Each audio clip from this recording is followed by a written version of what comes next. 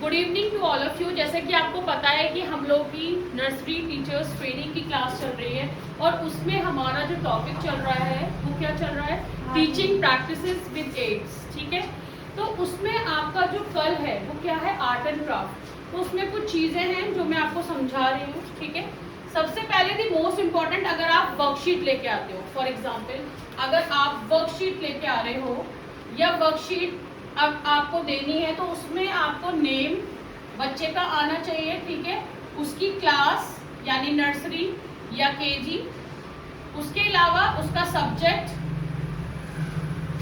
और प्लस यहाँ पर आपको सभी को ड्रीम एजुकेशन जरूर आना चाहिए।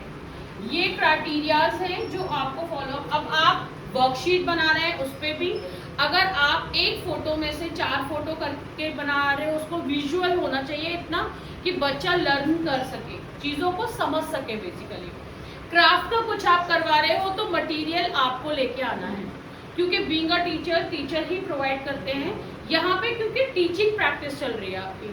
यहाँ कुछ आप ऐसे कोई कॉम्पिटेटिव एग्जाम नहीं चल रहा है, ना ही कोई ऐसी चीज़ चल रही है जिसमें कि आपके पास टाइम है और आप बच्चे को मटेरियल के लिए बोल दो, क्योंकि दे आर वेरी स्मॉल। तो पहले फर्स्ट है आपका, तो आपको ही प्रोवाइड करना है चीज़ें। आइदर अब आप चाहे वर्कशीट के थ्रू करिए, चाहे आप क्राफ्ट में, जैसे लेडी बर्ड बहुत छोटा सा होता है, बहुत इजी होता है, उसको सर्कल्स ही बनाने होते हैं और हाफ करके मैं कभी डेमो दूंगी उसका आपको।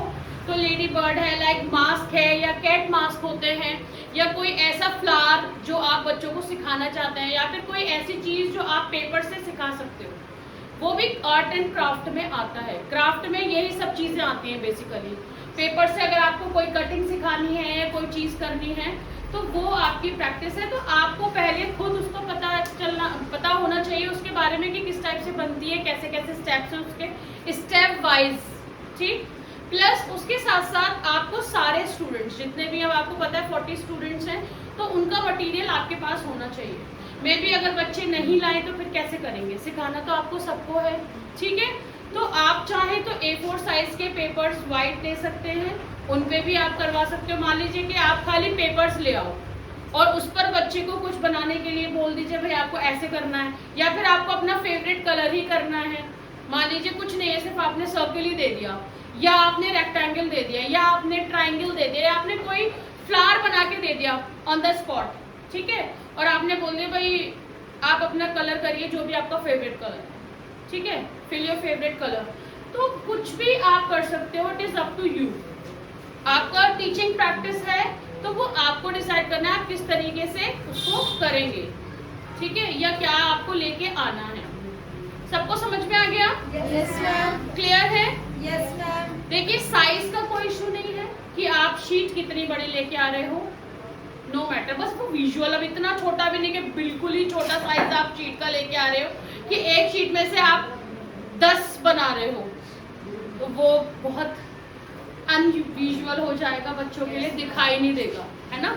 कोई चीज़ अगर आप सिखा रहे हो, बता रहे हो, तो विजुअल होना चाहिए, दिखना चाहिए, दर्शाना चाहिए कि हाँ ये है।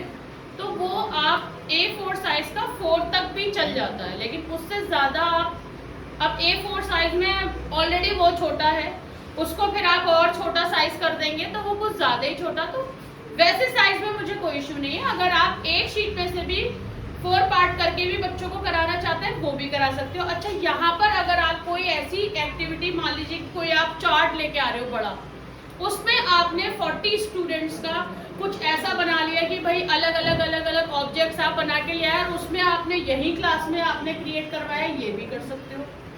आपको अपने आइडियाज ही तो लगाने होते हैं टीचिंग प्रैक्टिस में। जो आइडियाज होते हैं वही आपको डिफरेंट बनाने की कोशिश करते हैं ना। तो आपके जो भी आइडियाज है, मान लीजिए आप बहुत बड़ी शीट ले आते हो, जो जैसे नॉर्मली चार्ट पेपर होता है, चार्ट पेपर आप ले आए, उस पर आपने 40 के अकॉर्डिंग या 30 के अकॉर्डिंग, जैसे 40 स्टूडेंट्स हैं बट 30 ही आएंगे, तो 30 के अकॉर्डिंग आपने कोई ना कोई ऑब्जेक्ट बना लिया। ठीक, अब आपने उसमें यहाँ बच्चों से क्रेयॉन कलर से कलर्स करवा लिए, ये भी आप कर सकते हो। तो it is up to you ना, आप कैसे करना चाह रहे हो, कैसे पढ़ाना चाह रहे हो। आर्ट एंड क्राफ्ट है तो उसमें आप बिल्कुल मतलब फ्री हो, you are free to use कुछ भी, किसी भी तरह की कोई चीज यूज कर सकते हो, किसी भी साइज का, बस बहुत विजुअल हो, चीज दिखनी चाहिए।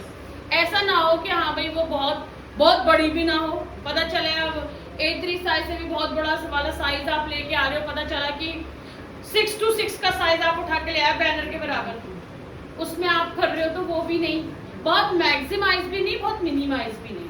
वो आपको पता है कि विजुअल क्या होता है बच्चों का, तो छोटी इतनी छोटी भी चीज़ ना हो कि जो बच्चों को दिखे नहीं, और इतनी मैक्सिमाइज भी ना हो कि वो बहुत ज़्यादा अट्रैक्ट करे या हाईलाइटेड हो।